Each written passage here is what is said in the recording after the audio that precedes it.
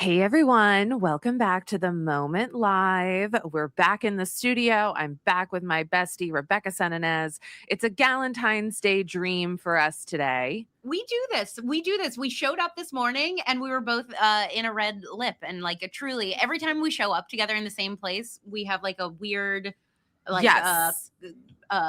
synchronization. I don't know what else the word is. The red lip, though, is kind of like your signature thing. And so I do feel like I am We're melding into one. copying you a little bit. We're melding. I've never really had a problem with people copying me. Me neither. Yeah. Me neither. Yeah. You know who I want to copy?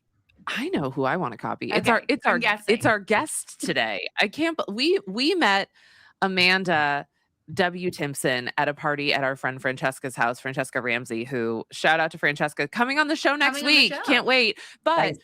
we met Amanda and we both left and we were like, we got to get Amanda on our show soon. Yeah. So Amanda is a public historian and the founder of Yesterqueers, a public history project that celebrates and elevates the broad expanse of queer history. A former television executive, oh my God, Amanda turned her attention to queer history in 2022 and has never looked back. She believes that restorative storytelling is our most powerful tool for connection, understanding, and change. Her work can be found at Yesterqueers on all the platforms and at yesterqueers.com. Amanda W. Timpson. Good morning. For leaving the evil empire of being a television executive. And I worked in television for more than 20 years, and then I took a sharp left. Yeah. Wow. The right left. Yes. I feel like now more than ever, and this is like a lot of the things that we'll talk about today, preserving history of marginalized groups like is not to be taken for granted at the bare minimum, right? Like one of our stories we want to talk about today is the erasure of that. We have a bunch of hot topics today. We'll just give you a quick rundown of what we're going to do. We are going to talk about Attorney General's Pam Bondi Crashout hearing with the House Judiciary Committee earlier this week. Firstly, Representative Pramila Jayapal asked... We'll just do the rundown. Oh, sorry. And then we're also going to talk about THS funding fight and ICE negotiations, the Stonewall National Monument, Pride erasure. And then we're going to talk a little bit about, this is something that like I brought up yesterday on our prep call. And I was like, y'all, I want to talk about queerness and the Epstein files. Like, am I crazy? And Rebecca was like, no, I mean, you are crazy. But because you started this asking if you look like Pam Bondi. That's true. She did walk in here this morning and say, hey, do I look like Pam Bondi? Like someone would tell me, right? But I wanted, we're Pam Bondi is rotting from the inside and you are not. And that is a distinct difference. I might be rotting on the inside for other reasons. But we want to talk, we're so glad we have Amanda here because we want to talk about queerness within the Epstein files. And it's something that like, I'm not seeing, not to be that person, but like, I'm not seeing a lot of people talk about it. Mm-hmm. Yeah.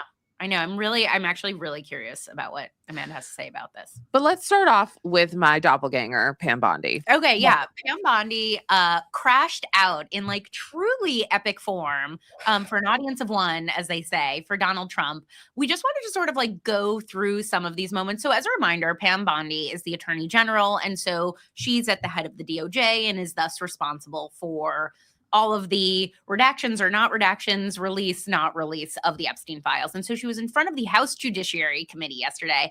And let's start with Representative Pramila Jayapal asked Pam Bondi to apologize to the survivors who are in the hearing. And by the way, like the survivors are the reason why we are getting all this information. Like they've been doing tireless work for years. And I just want to put up a picture of what I think will go down in history is she asked for Pam Bondi to apologize to these women. And Pam Bondi refused. She immediately started talking about Merrick Garland. And I just think that this is like one for the history books. And I just feel like this was the tone of the entire thing is it was a big fuck you from Pam Bondi to the American people and more specifically to these survivors who, by the way, are on every end of the political spectrum. Like I've heard women from every end of the political spectrum. Amanda, did you like hear about this crash out on Wednesday? Oh yeah. I mean, I watched a lot of it. You know, part of the thing about being a historian is I feel like I can't not watch these moments where history is literally happening in front of us. but it was just so juvenile. Like, this is how I fought with my parents when I was 14, right? Yep. When they would like ask me to do something and I would just get attitude and like bring up something random, and just like, it was astonishing to watch this 60-year-old woman who is the Attorney General of the United States behaving like a teenager who didn't do the dishes. Like, it just... I thought it was interesting because I did think it was kind of similar to how Caroline Leavitt acts in press briefings. And like, I'm not saying that I condone how she acts, but it actually kind of works usually because of the power differential that there's going on there. Like, she can just say to reporters, like, no, I'm done. I'm leaving. I'm going. I'm whatever. And I think that like I think one of the flaws, well, there's many flaws with the Trump administration, but there's also things that like they just know how to do and then they end up doing them and they work, right? And so, but one of the flaws of them is they apply the same principle every single time. So like Caroline is told basically act like Trump, right? Distract, deflect. And I'm not saying that it always works, but like she does kind of get away with it.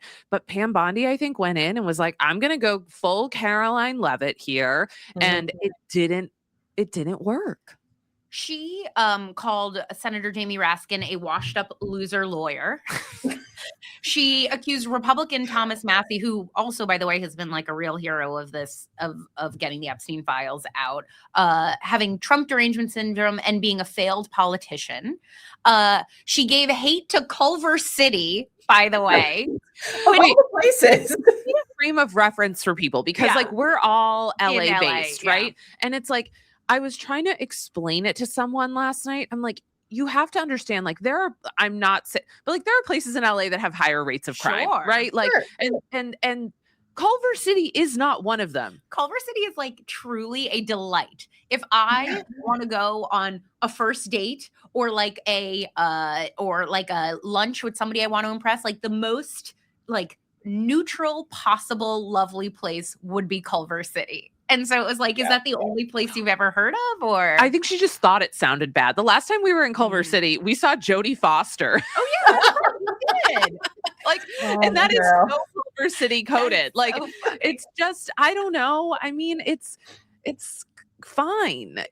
But I think she probably heard it and was like something about that. Although Culver City has like a really terrible history. It used to be a sundown town. Like, and now it's like, oh, Meredith, this is the part of the episode where Meredith like turns like, on. Well, Culver City, now that we're going into the history. If she knew that, she probably wouldn't be ragging on Culver City. That's true. I mean, this is sort of like this whole administration's MO, right? Like Trump's vision of New York City and why he thinks it's this like criminal cesspool is because he's still thinking of New York City circa like 1978, right? When like the West Side Highway had collapsed and hadn't been cleaned up and like all of downtown was abandoned, not all, but most. Like he still thinks of New York City from 40 years ago, and that's like they're all stuck in this weird history. Like a common enemy. Right? Like, I think that when, a year ago when they got into office, the common enemy was like Biden let in all of these criminals, and they're losing that narrative. And also what's so interesting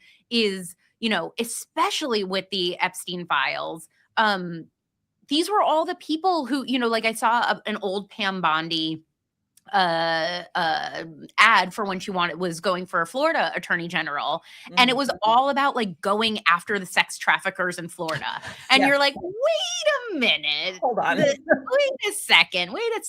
Okay, I want to play a little bit of a longer clip because Representative Ted Lieu, who I actually think is our representative. Now we're giving all our secrets away. Yeah, sorry. He had like a wild interaction with Pam Bondi that goes directly to the Trump of it all. And so this is a little bit of a longer clip, but I do want to play it. This is so ridiculous, and that they are trying to deflect from all the great things Donald Trump has done. There is no evidence that Donald Trump has committed a crime. Everyone knows that. This has been the most transparent presidency. He's the one that asked that those files. I'm going to claim my time. I got your answer. You said there's no evidence. Mr. Chairman, please stop the clock. Please stop the clock. The legislation. This is time. ridiculous. Time belongs to the gentleman from California. Okay. I'm going to put up another document from a witness who called the FBI's National Threat Operations Center, because I believe you just lied under oath. There is ample evidence in the Epstein Files. Don't you ever accuse me of a crime. I believe you just lied under oath, and this is all on videotape. You said there's no evidence of a crime. I'm showing you, here is a witness statement who called into the FBI's Threat Operations Center. He drove Donald Trump around in a limo. He overheard what Donald Trump said to Jeffrey on his cell phone. He was so angry, he was gonna stop a limo and hurt Donald Trump. And he met a girl who said she was raped by Donald Trump and Jeffrey Epstein. She later had her head blown off, and officers at the scene said that could not have been suicide. No one at the Department of Justice interviewed this witness. You need to interview this witness immediately. Epstein should rot in hell, so should the men who patronized his operation. And as we sit here today, there are over 1,000 sex trafficking victims, and you have not held a single man accountable. Shame on you. If you had any decency, you would resign right after this hearing concludes. The gentleman has expired. Woo. Yeah. I mean, I guess like my thought process is like, why don't we want to hold these people accountable? Like, if what else is there? I can't remember who said it. I don't know if it was Pam Bondi or someone else said recently that, like, basically, like, if we held everyone accountable, the government would fall apart. I'm like, good. Let's do that. Let's do that part. Can we like maybe take 1 second to talk about this? Because I feel like part of what is so hard about this moment, on top of everything that is hard about this moment, is it's hard to know what is real and what is not real. Yes. When nobody is being held accountable, it's really easy to be like, well, I guess literally every single one of our structures is a, you know, child crime ring, and there's nothing that we can do about it. And like, I will never believe that. I do think that there's, you know, good people who are there to work and get, but like, how are you differentiating, Amanda, as like, especially as a historian, somebody who's like steeped in like fact and context, like how are you pulling this apart, and how do you think the future will look back at this?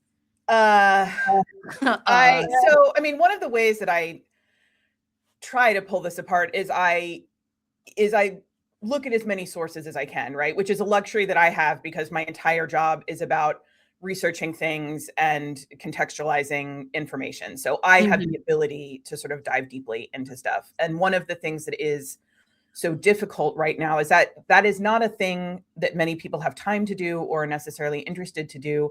And there are very few outlets where they can get reliable information and good conversation in a short amount of time, you know, but the moment's one of them. So I'm thrilled to be here. Here we are. We're doing our best. Yeah. And that's the, you know, that's the part of it. I do think, you know, look, this is not the first time in history that a bunch of really, really terrible men have done really, really awful things. You know, being here in the modern age where we have digital record keeping, where we have, you know, thousands upon thousands of emails, it gives us a whole new perspective on, you know, sort of evil, really. Yeah. And so I hope that we're going to learn a lot from this. And I hope that, you know, 50 or 100 years down the line, people are looking back and going, wow, we really got to a moment where that could have gone one of two ways. And thank God we picked this way. That's what I'm hoping. Well, one of the things that I was thinking about just now, watching some of I was actually looking at that photo of Pam Bondi. I was thinking about some of the other really big similar crimes of our time, and I couldn't help but think of the Catholic Church and what the Catholic Church's response has been to victims coming forward. And so I am not saying that it is perfect, and I am not saying that there isn't horrible cover-up and abuse that still continues to happen in the church, but like, there has been more of, I think, an attempt by members of the Catholic Church to say, yeah, people really fucked up. This was not okay. How, like, we stand with survivors, we're, you know, and so I'm kind of amazed that an institution as big as the US government can't take that same take any of that same. Or, I was just Googling this. I was thinking about the secret court of 1920 at Harvard, right? Where as one does. But, that's where, and Amanda, could you explain that to folks if they don't know it? Because I don't think I know it as well as I probably should. I mean, I think my understanding of it is pretty surface level as well. Yeah.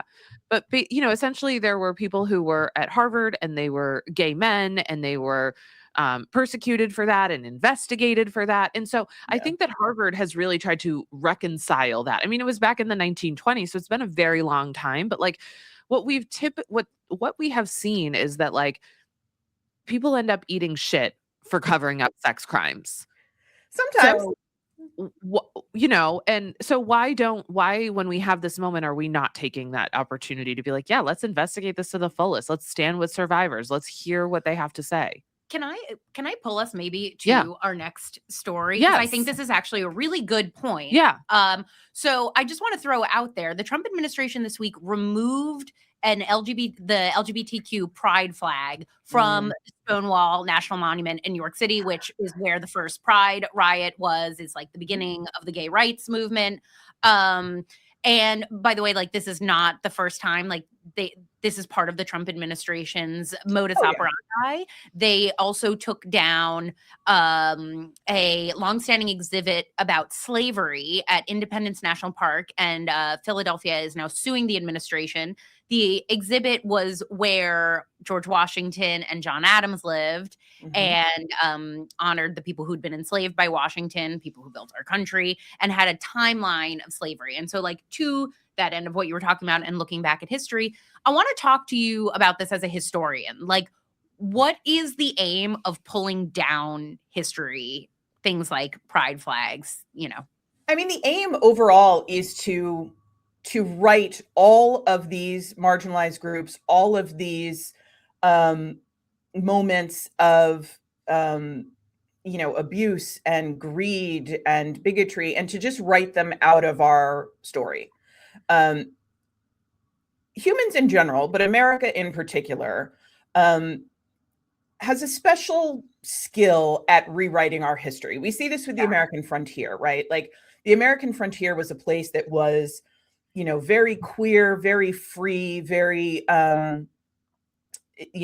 very open. And which is not to say, let me back up and say, yes, it was also full of genocide and violence against Native nations. But people who moved to the frontier left behind a lot of the sort of trappings of society, especially queer people. Like the Puritan East Coast, and just sort of left that all behind and went and lived very different lives. And the American government at the beginning of the 20th century consciously rewrote the history of the American frontier to give us this idea of manifest destiny and sort of like, brave cowboys taming the wilderness and, all of this. Like most of that did not actually happen, but we rewrote that history until generations of Americans believed that that's what happened on the American frontier.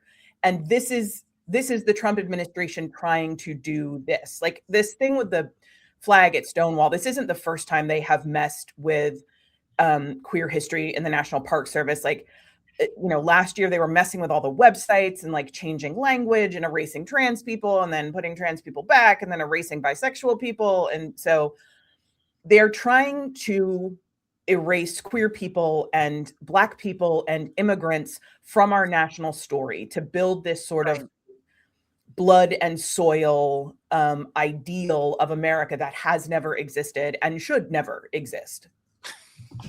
I have no strong feelings about this. I just saw there was like a hearing. I don't know exactly the context, but there was a white nationalist who was in front of Congress talking about like the erasure of white identity. And he gets asked by, I think, Tim Kaine or Chris Murphy, one of those guys, like, what exactly is white identity that's being erased? And he's like, well, it's like, it's and he can't define it. He can't define it. It doesn't exist. It doesn't exist. It's not a thing. Yeah. I also am like, I feel like part of this is they're like, you say that white people did bad things. Like when we talk about the like the dirty history of slavery sign that's coming down at the national park, right? And it's like, yeah, they did, but guess what? Like even though I know that like it wasn't you. We're not saying that you did this. And I feel like they take it so deeply personal. Like, I mean, Trump has done terrible things, but like, we're not saying that like you're a racist. We're saying that, although I think all white people are racist, but like, that's another show.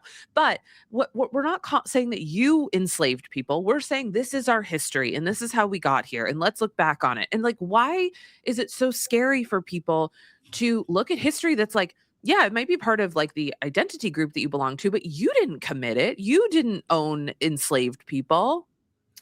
I mean, I think there's a lot of answers to that question. I mean, the first is, when we talk about, the way that people were enslaved, the way that chattel slavery sort of like built this country, the way we talk about how immigrants are treated, that what we're talking about is the structure, right? The structure in which we all now live and the advantages or disadvantages that are given to certain people and groups based on, a variety of demographics, essentially. And I think that is where people get hung up, because I think people can understand, yes, I personally did not hold anyone in slavery, but that next step of, however, I, a white person here in 2026, have advantages based on the system that was built on chattel slavery, that's where people get tripped up and say, well, I work hard, I've earned everything. And it's a pernicious idea, right? It's hard to unpick that, to say, yes, you worked hard and you got farther than someone who is trans or Black or speaks English as a second language who is working just as hard. You got farther by virtue of the fact that you are, white or male or, upper class, whatever. Here's a scary question. And I say this as fun fact. Hey, Dad, I am the child of a national park ranger. My father was a national park ranger for 30 something years. Amazing. And I have a lot of pride for that. But even in the last like 15, 20 years, we have seen the National Park Service shrink. It's not as big as it used to be. I mean, this is true to a lot of federal government jobs. I'm like, when is Trump's just going to get rid of the National Park Service? He's going to try.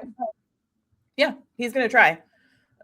Because there is the Trump administration and the people who support the Trump administration do not have any respect for shared spaces or the preservation of wild places, of art. You see this with like the closing of the Kennedy Center, the destruction of the East Wing. They just have no sense of reverence or respect for anything that they cannot own or hold or slap a logo on. And none of this, I mean, I guess, why would we be surprised that they can't hold themselves accountable now for things that they are actually doing if they can't deal with the fact that America has a history of enslaving Black people? I mean, at its core, this is a country that is built by violence. Our national anthem is about bombs exploding. Like, this is a country built on violence. Yeah. And we have to reckon with that if we want to be able to create a nation that is based on anything other than violence. Speaking of reckoning, let's talk a little bit about queerness and the Epstein Files. This is like a complicated, this is like, oh goody, this is complicated. Okay, so the reason that this came up this week, I think specifically, is Congress saw the unredacted files, and very quickly Thomas Massie and Ro Khanna said, hey, why is Les Wexner? I know, it's a bit of a tongue twister. Yeah, it is. Why is Les Wexner's name redacted from the files here? And then very quickly they were like, oh, no, never mind, we're not hiding anything. Okay. Just as a reminder, Les Wexner is a billionaire and a CEO, and he basically ran, like, if you were in a mall in 2002, it was owned by Les Wexner. He was the CEO of Limited 2, of Victoria's Secret, of Bath and Body Works, of Abercrombie and Fitch. And in fact, we know somebody who says that he was trafficked by this group of people. Jeffrey Epstein was Les Wexner's financial manager for over a decade and operated one of his money management businesses out of a house owned by Wexner. We thought it was an opportunity to talk about the fact that visually what we see is mostly now adult women who are girls during the years of Epstein's operation. But it seems to me that that's probably not the extent of what was happening there, and it prompted us to want to have a conversation. So let's go. You brought this up, so you cook. Yeah, I mean, I think there has long been rumblings that Epstein and Wexner had some type of sexual relationship, and then this has become something that I've been interested in. There's also sort of a rumbling that perhaps he had a relationship with Leon Black. And the interesting thing about Black and Wexner's relationships is that there was a lot of money exchanged, and there was also a lot of physical time spent together. If we go through the emails, Leon Black, who, by the way, just to bring everybody up to speed, is this disgraced former private equity guy, was the CEO of Apollo Group, had to step down because of his ties to Epstein, also was accused of raping someone at Epstein's apartment. That's the other thing about this. It's a little tricky. I just want to say this. We're trying to make sure that we want, this is the language we would use, but we know we're also encountering a little bit of censorship on TikTok over this. So anyway, a underage girl said that Black raped her at Epstein's apartment. So that is something else. But I think there's a very good chance that Epstein was queer, and I'm not seeing a lot of people talk about it. And it's just like, how do we even approach this conversation of queerness in the Epstein files? And Rebecca, you were sharing a little bit about one of the first people to come out about Epstein was a trans person. Yeah, I want to give Amanda a second to respond, and then we'll talk about Ava Cordero, who, as far as I know, is the only, So the reason I'm a little cautious about identifying Jeffrey Epstein as queer or bisexual is not because I don't think he slept with men or boys, but because I think Epstein's sexuality was power. I don't think that he was queer or bisexual in a way that means that he was equally attracted to multiple genders, or not even equally attracted, attracted to multiple genders. I think what got Epstein off was power, and being able to have power over women and girls, power over men who work for him, power over boys. And that is a very, very different thing than claiming a sexuality and identifying the people that you feel romantic and sexual attraction to. That is a really interesting distinction. I agree. It's like his sexuality was equally blackmailing presidents as it was, the other sick things that he did. I think that that's a really interesting. Yeah. And I think it is important not to entangle those two things, because it is already such a common talking point among conservatives that queer people are predators. Right. That's why we were curious about this conversation. We were like, okay, so if Epstein did have a sexual relationship with Les Wexner, what does that mean? Because the other thing that is another article, one of the last interviews that Epstein gives in 2019 to the New York Times, he likens pedophilia to being gay. Yeah. And I wanted to see how you unpack that comment. So this is a very common criticism that we hear about queer people, right? And this goes back decades, goes back centuries actually, but at least in like modern American history, this goes back decades to, hide your sons, queer people are coming to turn them into sissies, this is a very common refrain. Yeah. And there is also a segment, and I want to sort of talk about this carefully, but there is a segment of people who feel attraction to underage people, but do not act on it, and try to frame that as a sexuality. And that is what Jeffrey Epstein is trying to do in this article, although obviously he acted on it because he's a predator and a monster. But there is there is a small group of people who try to claim that the sexuality of an adult who is attracted to multiple genders is somehow equivalent to an adult having inappropriate romantic or sexual feelings for someone who is underage. And I want to say categorically, those are not related in any way. But that's the parallel that Epstein's trying to draw. And in some ways it's clever because he is trying to give himself an out, right? Like, well, if you guys are okay with queer people, then you should be cool with people like me. You know, and but it's also in this conversation, what he's saying is he's like, I think that like history is going to look back on this differently. So he's also like framing it around the idea of like, hey, 50 years ago, people had, you know, different opinions. And it's like, he's saying it's regressive. Yeah, exactly. Right. And it's not, because, and a lot of times what people are trying to do is actually draw a parallel to like ancient Greece and ancient Rome. But the way that people in antiquity understood sexuality, and especially the relationship between, first of all, not between men and boys, it was between like older men and younger men, was very, very different than our sort of modern understanding of sex and sexuality. And so it just isn't even comparable at all. So it's like what he's doing is he's like trying to give himself an out. Gladiators fighting one another in rings for sport. Like, I don't know, man. Like, I mean, maybe we do have the UFC. Yeah, there's no lions, but you know. I guess that's a good point. That's a good point. Yeah. I'm just saying, I don't know if our best case of reference is to be like, well, they did it in Rome. You know what I mean? No, it's absolutely not, because that like it is nearly impossible to explain how different understandings of sex and relationship and marriage and all of that was in antiquity. Like it has nothing to do with how we think about the world today. You know, but, and Epstein saying that also gives people the ability to be like, see, queer people are predators, because if he's like them, then they're all awful, you know. So it's just like doubly awful.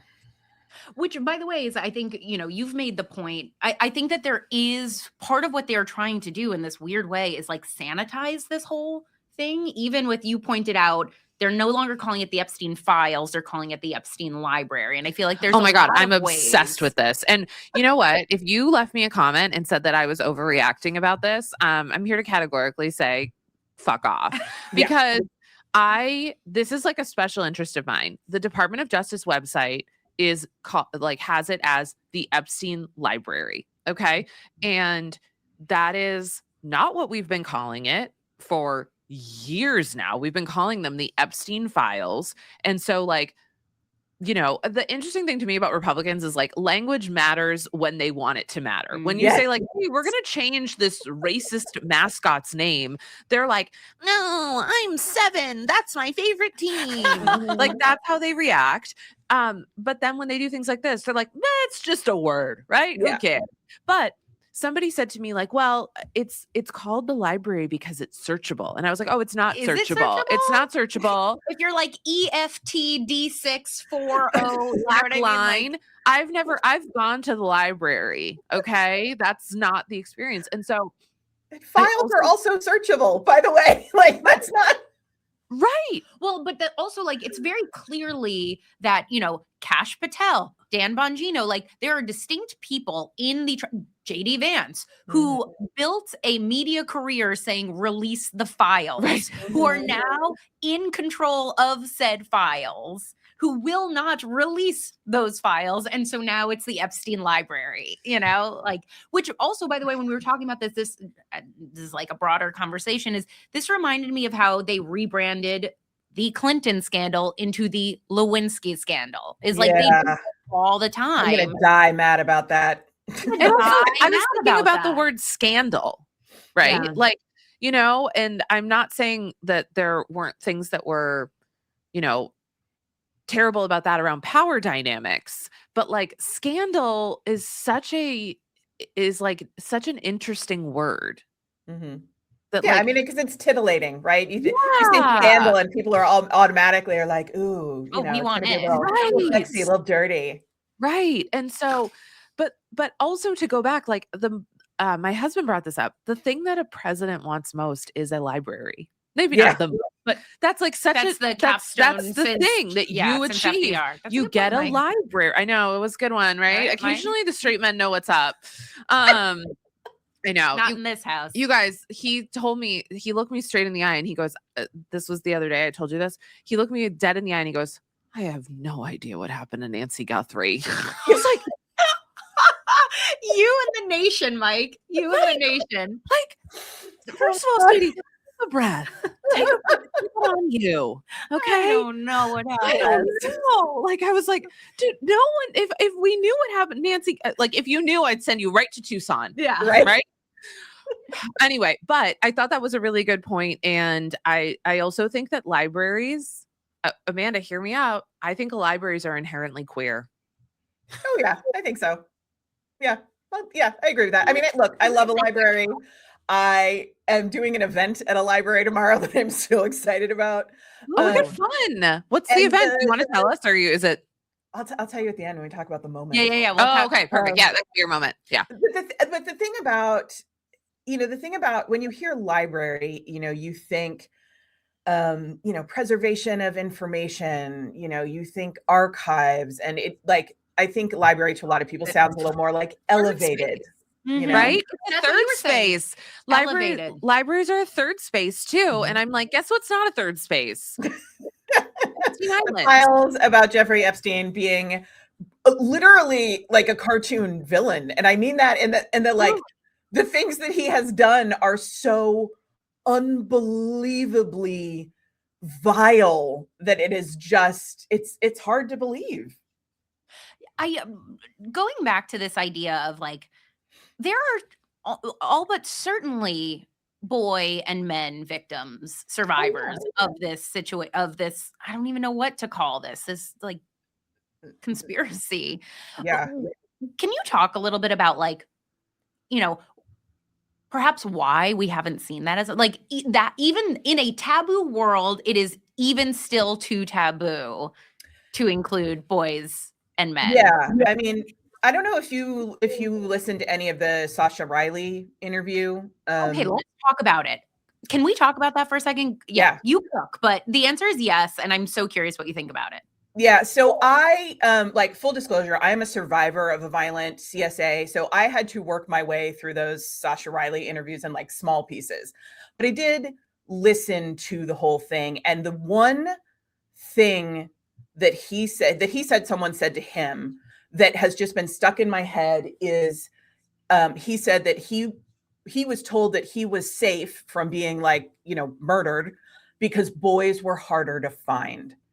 And it has been just echoing in my head that, like, women and girls are disposable, but it's much harder to source boys, because of the taboo around it, because of the shame, because of the way boys are protected and, girls are not. Although obviously still plenty of boys and young men and adult men who are victims and survivors of SA, and their voices have historically been lost for a couple of reasons. One, because of the shame of living in this society where we think that, especially men who've been assaulted by other men, that is emasculating because it makes them gay. It doesn't. It's not how it works. It's interesting to me. I'm sorry to interrupt you, but it's interesting to me that the sort of like biggest meme to come out of this thing is the joke that Trump would have given President Bill Clinton a blowjob. And I'm like, like, the fact that that's the joke that came out of this says so much to me about like shame and queerness. Like, that's like, to the average American citizen, that's the worst thing that could be in the files. You know what I'm saying? Yeah, exactly. It's not the murder and the violence and, all of that. It's the, like, If that's all that was in there, I'd be like, okay, great. Yeah. Like two fucking equally powered consenting adults. Exactly. Fucking Like, get it. Stop preying on your interns, Clinton. Absolutely. Period. Go have a relationship with a with billionaire. another fucking With an powerful adult. dude. Yes. And that's like, I did see, like, I felt like there was a lot of homophobia that came out when people heard that. But then, like, it's like, I'm not saying, like, and to your point about, like, it's not about queerness, it's about power. But I'm like, okay, like, I know I'm not very, that's like, such a good point. But now I'm also like, if it was about queerness, y'all would have a problem with it. Yeah, also that. But it's because it is because no matter how much progress we have made and are desperately trying to hang on to with our fingernails right now, there is still this underlying belief, especially in the US, that to be a man who enjoys sex or romance with other men is emasculating, that you are less of a man if you are gay or bisexual or pan. And that is categorically false. But that is the belief that underlies these jokes about Clinton and Trump, that like Trump must not be as much of a man as he thinks he is, you know, if he's that's willing right. Exactly. That's what the joke is that they are less of men, which by the way, I also think is misogyny, because anything like all a downward scale. I also want to throw out that one of the, I didn't know this story, but somebody a creator lifted this up for me. Ava Cordero, a trans woman, was one of the original people to bring a lawsuit against Jeffrey Epstein in the early 2000s.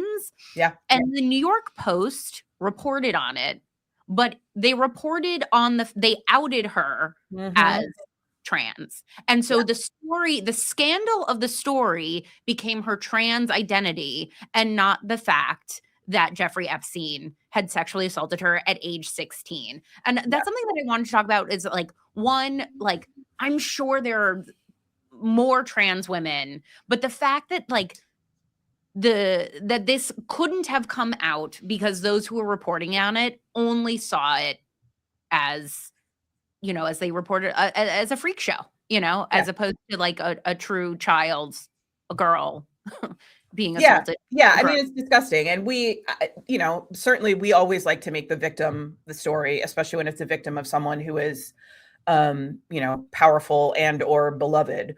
But it is just, it just makes me angry on like in like my bone marrow. You know what I mean? Like it just is this deep and burning fury at the inability to see trans people as a whole, but especially a trans person who is the victim of a monstrously powerful predator as nothing more than her gender. You know, like it just makes me furious. Well, and her gender is like a punch line too. Like that was the center of it. This is like a little bit tangential, but last night I watched the movie A Mighty Wind with blessed Catherine O'Hara, which is really like funny and fun. And then the literal last scene is a joke about one of the characters coming out as a trans woman. And it's not funny. You know, like to that, you know, in the context of the movie, then the punchline was, oh my God. And the funniest part of the movie at the very end of all of the funny jokes we have, the funniest joke is the man with a baritone comes out and wants to live life as a trans woman. And I just thought of that in terms of this story. Well, think about the Barbie movie. Like, I have a lot of problems with the Barbie movie, and I'm finally ready to talk about it. But the end of the Barbie movie, the ultimate thing to Barbie is to be able to go to the gynecologist. Oh, interesting. And like, I was like, that's anti-trans. Yeah. And it has like that. But the if you think the Barbie movie was this huge win for women in feminism, we'll do another episode and we'll invite Amanda back. Yeah, I have so many thoughts. But that also makes me think of I don't know if you guys are familiar with Mark of Cain, which is like an Australian heavy metal band. But the lead singer of Mark of Cain came out as trans, I think just this week, and revealed that her new name is Josie. And it's like, and again, watching the internet respond to a person who they believe to be not just a man, but a fairly stereotypically masculine man as the guitarist and lead singer of a heavy metal band, finding out that that person was in fact a woman and that her name is Josie. Like, it has been very interesting watching people try to reconcile with that, which on the one hand, I'm like, there shouldn't be anything to reconcile. She said she's a woman. Her name's Josie, like, case closed. Get over it. But Yeah. of course, that's not how the world works. But it's that same type of, like, there have been those same types of jokes going around, and it's just this, like, it's just this absolute entanglement here that I can't, I don't know. I saw this story of Ava Cordero and I was like, how freaking tragic that this girl had the audacity to go after one of the most powerful men in the world. And what came of it was that she was outed, and that we're still dealing with those issues, and it's still looked at as a deviance or a joke in the face of, like, true deviance. And I will never forget, now I will always think of this, is that their sexuality is not queerness or like any kind of, like, they what they are attracted to, and I'm going to put Bill Clinton in this category, I'm going to put Trump in this category, what they are attracted to is power. Yeah. And I also don't want to give the impression there aren't terrible queer people. Many of them are in the cabinet right now. Of of course. But, like, the idea that, like, they are not attracted to children. They are attracted to having a sense of power over somebody. Yeah, that would be that is my belief with Epstein. Obviously, never having met the man or psychoanalyzed him, and thank God. Right? Yeah. But y'all, this has been a really eye-opening show. Thank you so much. We've had a lot of people hanging out with us today on TikTok especially, so thank you. We end every show with asking one another what is having a moment for us. So, Amanda, I'll kick it to you. What's having a moment for you? And by the way, you guys, throw in the comments what's having a moment for you. Would love to know. What's having a moment for me is that I am doing a show at the Burbank Library tomorrow. If you're in LA, come hang out with us. That is called Dear Heart, and it is all about queer love letters and celebrating queer love through the ages. So it's me and 5 phenomenal actors reading queer love letters, talking about the history of queer love. And it's a thing that's been in my head for like 2 years. And so I'm super excited to, like, get it up on its feet and show it to people. So, Oh, I love that. So cool. Where can people get tickets? You can go to any of my social media profiles to find the link, or you can go to the Burbank Library's event page, and it is called Dear Heart. Rebecca, what's having a moment for you?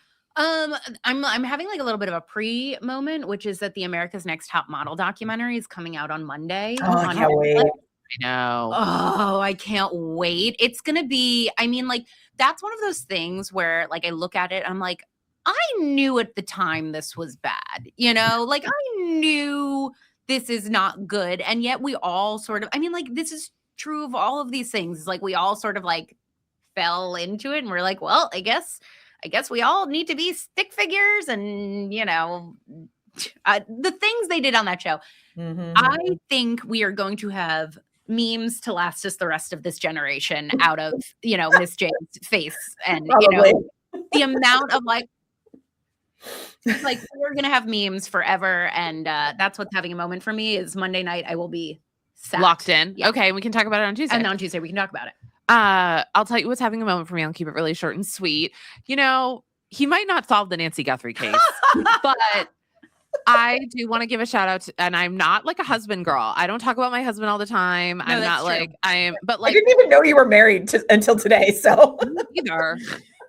People are always like, "Oh my god, it's That's so cool." because he's been on the Nancy Guthrie case. Yeah, you don't wear your rings. How, like, empowering. I'm like, yeah, my fingers got too chubby for them. They don't fit on me anymore. It took me 2 hours to get it off last time I wore my ring. Okay. But I do want to give a shout out to my husband because he's just been like, I've had a lot going on behind the scenes and he's just been really great. And I love him so much. And no, he's not going to probably solve this very complicated case in Tucson, Arizona, but he is a good guy. And I think it's intent. He's not in the Epstein Files, which versus, in this economy, like, right. well, taken for granted. The thing about him is like, he wants to solve the Nancy Guthrie case. And I think that's a nice thing. It So is, anyway, absolutely. thanks, babe. I love ya.